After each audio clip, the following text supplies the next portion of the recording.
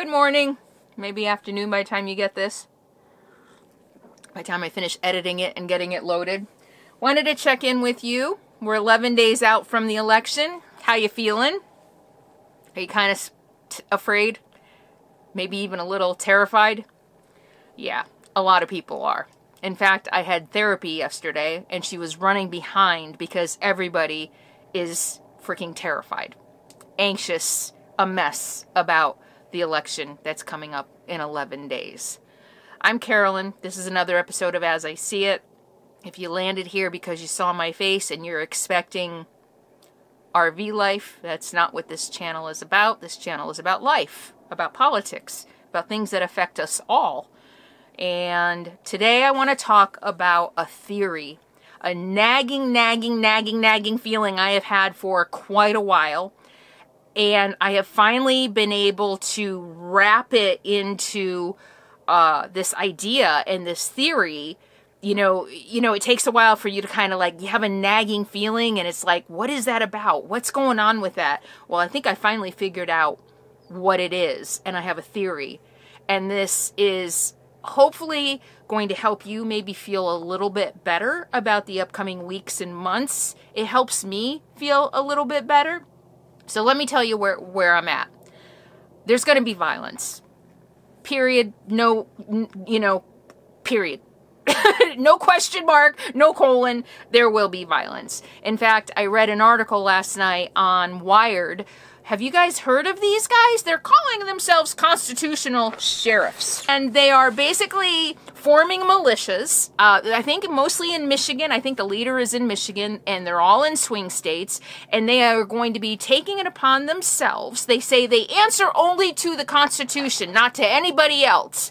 Does that sound familiar? We answer only to God, nobody else. I love how people, usually people who are kind of a little not right in the head, use the Bible, use the Constitution as a tool to wield their power, as a tool to wield their will, to force their will on other people. So by saying we are constitutionalists, even though everything that they are going to do, everything they're talking about is completely unlawful and unconstitutional. But that's what they do, right? Throughout history, they've used a book or a piece of paper, the Constitution or the Bible, to say this is what it means. We're going to interpret it our way and enforce that on everybody else. Religion 101. So these constitutionalist sheriffs are basically promising violence. They are basically pro-Trump, pro-MAGA. If Trump doesn't win, it's stolen. They're going to intimidate voters. Anybody who doesn't look like they should be voting, they're going to be intimidating them. I think they're probably going to be... we had armed people last time at polls, didn't we? We did. We're probably going to have that again. And it's going to escalate. I think at this point in the history of this country and the moment that we are living, we can't stick our head in the sands. There will be violence. I don't know how big it'll be. I don't know how much it'll be. I don't know how well organized these militias are and these groups like the constitutional sheriffs. In fact, reading it reminded me of Fargo. Any Fargo people out there? I don't watch every season because it can be a little heavy and dark. But the last season I watched was, I think it's John Hamm, and he was the sheriff. And that's what these sheriffs reminded me of. We are law and order, and we are the final say, and we have complete reign over blah, blah, blah. But that's what these constitutional sheriffs remind me of, John Hamm in that season of Fargo. Do you guys see that? Let me know below. But I don't know how organized they are. So we don't know how widespread the violence is going to be. Is there going to be a civil war? These questions we all have, right? They are questions that have been eating at every single one of us, whether whether it's on the surface or we're stuffing it down and it's eating us away and causing us anxiety, whether it's something that we even want to admit to ourselves might happen. I think we all know, if we're honest with ourselves, that it is a real possibility. But I want to share my theory with you that might help make you feel a little bit better about it. It's helped me feel a little bit better.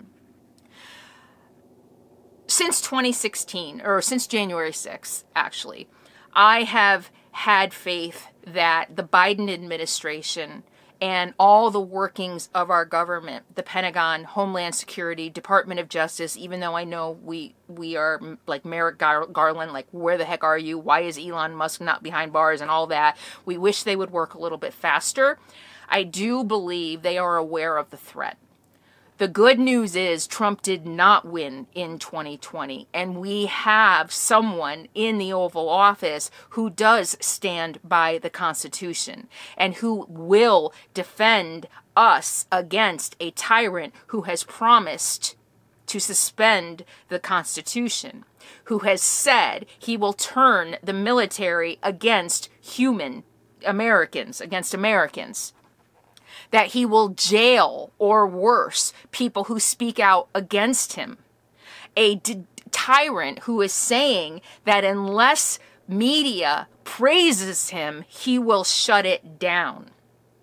All things dictators and fascists do. And if you think a dictator and a fascist is something that you want, watch my video about what dictators and fascists really do. They manipulate you to get into power, and then they take away your rights next, and maybe even your life. So I have firmly believed that with Biden in the Oval Office, controlling the Pentagon, controlling Homeland Security, that they have been monitoring the threat, right? We have intelligence who is in there listening to the chatter, infiltrating these groups. I mean, if a magazine like Wired was able to uncover these constitutional sheriffs, you know damn well the Department of Homeland Security knows about them too, as well as other militias, the Proud Boys and all the other horrible, ridiculous cosplay children out there with serious weapons though, right? Yeah, I'm making fun of them, but I think the threat is very serious. So I have had some comfort. Even though I'm scared about the violence and what might come, there has been a certain level of comfort that we are going to be protected by our government. And I want to take it a step further. Let me take a sip of coffee for this. All right. Remember when Biden dropped out of the race and passed the baton to Kamala Harris? I just felt that there was something more to him dropping out, that there was something they weren't telling us. And at the time I made a video and I expressed one theory that maybe it was the plan all along to shorten the election cycle or whatever. I can't even remember what that video was. But at the time, even right after he dropped out, I just had a sneaking suspicion that there was something more below the surface, something else behind his decision. And it's been nagging at me for months. It's been nagging and nagging and nagging. Joe Biden went into this re-election campaign as I'm going to do this. I beat him once. I can beat him again. And we were all completely on board. We were like, he is the only person who has ever beat Trump. He is the only person who can beat Trump. We have to have a white man because of the people who will never vote for a woman. Of course, we see differently now. We're on the other side of that. And we do see that Kamala Harris has a real chance. But at the time, Biden was all in, 1,000% all in. And then all of a sudden, he has a come to Jesus moment and he backs out. So I've had this nagging suspicion that there's something else behind it, and it clicked for me last night. Joe Biden dropped out on July 21st. 3 weeks after the Supreme Court decided that a president has almost absolute immunity when acting in official capacity. I'm getting chills because I really think this is it. On July 1st, the Supreme Court ruled in Donald Trump's favor that he has almost absolute immunity for anything he did while president as long as it was an official act of the presidency. And the reason I think this is all coming together for me now is because Jack Smith's new filing that completely details his crimes as a candidate versus his crimes as a president. He had to go back, redo the filing, and say, no, when he did all of these crimes, he was acting as a candidate, not a president. You see where I'm going with this? That all just clicked for me in the last couple of days. The Supreme Court has ruled that as long as a president is acting in his official capacity as president, he has almost absolute immunity. They even said that immunity goes so far as to take out a political opponent he views as a threat to democracy. 3 weeks later, Biden drops out. That means Biden is no longer a candidate. That means whatever Biden does from here on out is in official capacity as president and not as a candidate. When shit hits the fan in the next couple of weeks, he can declare martial law.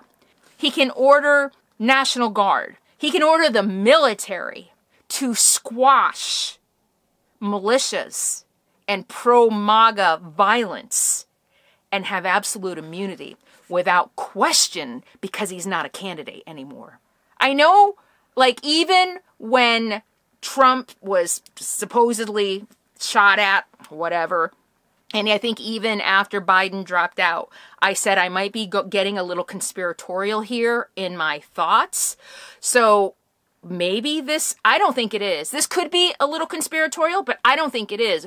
Whether Biden dropping out and having now absolute immunity because there is no question he is acting in the capacity of his presidency and not as a candidate, whether that is a byproduct of him dropping out or it was a strategy, I think it's the latter. Joe Biden has given his life to the service of America. He has taken an oath to defend the Constitution from enemies, both foreign and within. And Joe Biden now, as president and not a candidate, has absolute immunity to do whatever is necessary to protect us, our country, our Constitution. You know, I trust that Joe Biden, he's intelligent, he has a good team, he has advisors, he has the power of the military and some of the most strategic defensive minds on his side, the Pentagon, Homeland Security, Department of Justice.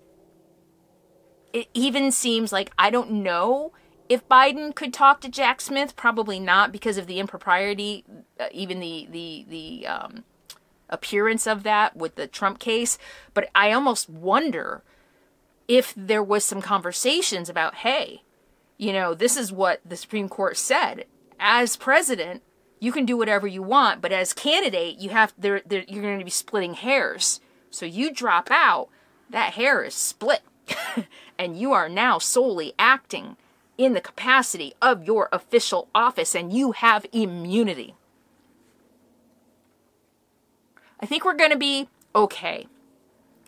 I think that we do need to take necessary precautions for the next couple of weeks. Make sure you're supplied up. If you're still working, take November 6th off. Vote early. I vote early. Don't wait until November 5th because I think that's when most of the thugs are going to be out. So vote early. Drop your ballot off at a drop box and double check to make sure it was received. I'll put a link below so that you can check that for yourself. And just stay home the 5th and the 6th. And make sure you're supplied up. Make sure you have everything you need. Power. I really don't even trust foreign governments and what they might do on the 5th and the 6th. So make sure you have enough food and water and power. If you have backup power sources like a Bluetti, I talk about those a lot on my other channel. They're a partner on my other channel. You know what? I'll put some links below. If you do want to order a backup power source, food, water, any of your medications, you might want to have a go bag, but just be prepared. I really don't know Anything is possible. But I do think that whatever threat there might be, I have to have faith in Joe Biden and his administration and our national security institutions, that they are aware of it and they are prepared for it. And Joe Biden has absolute immunity. No questions asked, because he's not a candidate. That's how I see it. Let me know how you see it. Leave your thoughts below.